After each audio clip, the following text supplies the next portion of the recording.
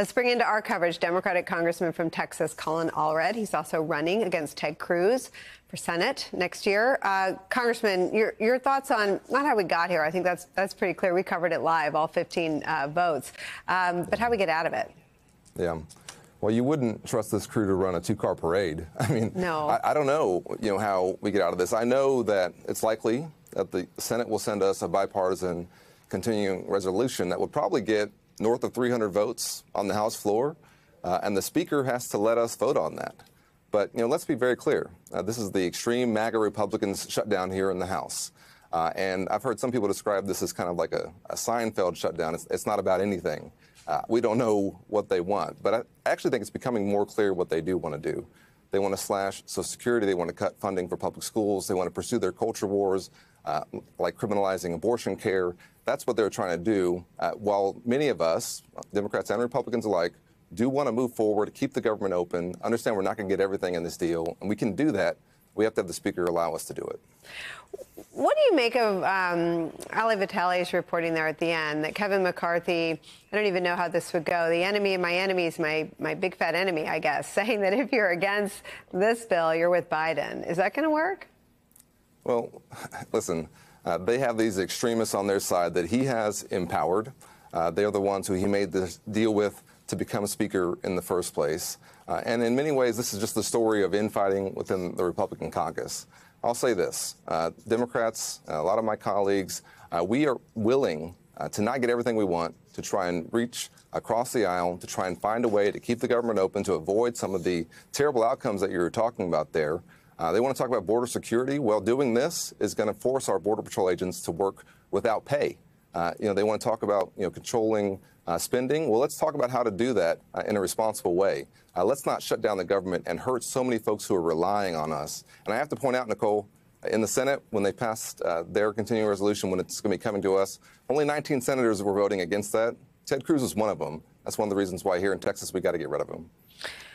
I wonder if you can speak to how, as a candidate in that race, this becomes something really easy to understand. I feel like shutdowns are one of those stories that a lot of people out of Washington just shut off. But it's a massive story with extraordinary, devastating implications for, air traffic controllers have to go to work, but you tell me how you work when you're not getting paid. And I know you're giving up your pay in solidarity with federal workers, but it's dangerous, it's reckless.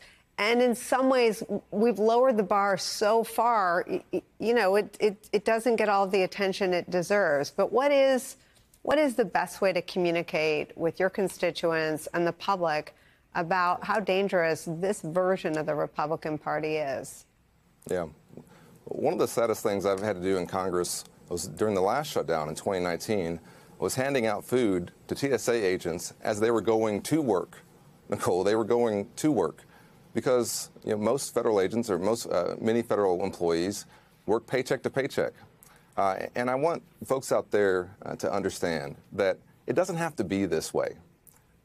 We understand that we're here in a position of divided government, that the Republicans are, for the moment, have a narrow majority in the House, have a narrow Democratic majority in the Senate. We need to be able to work together. But you have to have folks who are willing to do that.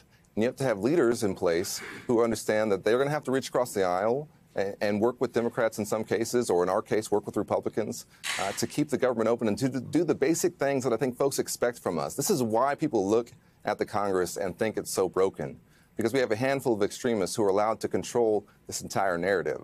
But there also is another story, and as you know, there's another way. If we can get folks in place who will actually do the right thing. That's part of why I'm running against Ted Cruz.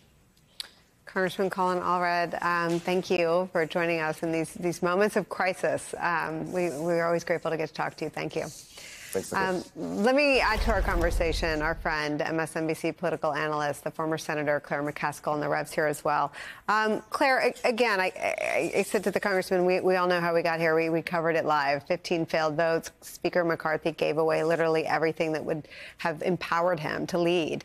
And that's part of how we got here. An arsonist, says members of his caucus. But I want your expert and blunt analysis of how we get out of it. And when? Well, here's what I think they're doing. I think they're trying to get rid of McCarthy. because what they've done, these 21 people who voted no today, these 21 Republicans, extreme MAGA Republicans, at the direction of Donald Trump, they have decided that they want McCarthy out. They want to have that as their mark on the wall, that this is what they did. So they're saying to him, you cannot keep the government open if you use Democratic votes. If you do, we're going to take you out. But by the way, we're never going to give you the votes to keep the government open. So it seems pretty clear to me what they want to do. Never in history has a speaker been removed. There was a speaker that asked for a vote just to show his strength back, a long time ago. But this would be history. MAGA would have done it. Trump will take credit for it. They're already talking to Tom Emmer, and Emmer is the whip. And keep in mind how Emmer got there. It was a three-way race for whip. And the way he got elected was by the votes that Gaetz and Biggs brought him. It was the crazy caucus that put him there. So they feel like they can manipulate him more, do more with him, get more confrontations in the future. That's what they want. They're not going to get anything done. They just want the drama. They want the chaos. They want the political show. And that's all they're looking for. And part of that show, I think, is them wanting to get rid of McCarthy. I don't even know if it's ironic anymore, but the plot twist is that it isn't working. Their impeachment rollout was a bust. They're foolish. They clearly don't like the work of being in the majority, and yet they're trying to burn their own house down. Well, it's not difficult for people that are foolish to appear foolish. I mean, you have a hearing around an impeachment inquiry with absolutely no evidence, with even conservatives. And that's not us saying it, right? It's them. That's them saying there's no evidence. And then you do this. How do you say that we want to cut back on funding that would lead to abortions, but we're going to take food out of the mouths of children that need to eat Monday? This is the only way of eating. So we're pro-life, but we're anti-children eating. So we're for the fetus, but we're not for the children. I mean, what they're doing shows the recklessness and ruthlessness of their political ambition, that they want to hang McCarthy up as an example, that this is what we'll do to you if you don't listen to us. And what do us represent? Nothing but raw power and orders from a man in Mar-a-Lago that's facing 91 counts in 4 trials and maybe the unraveling of his business empire.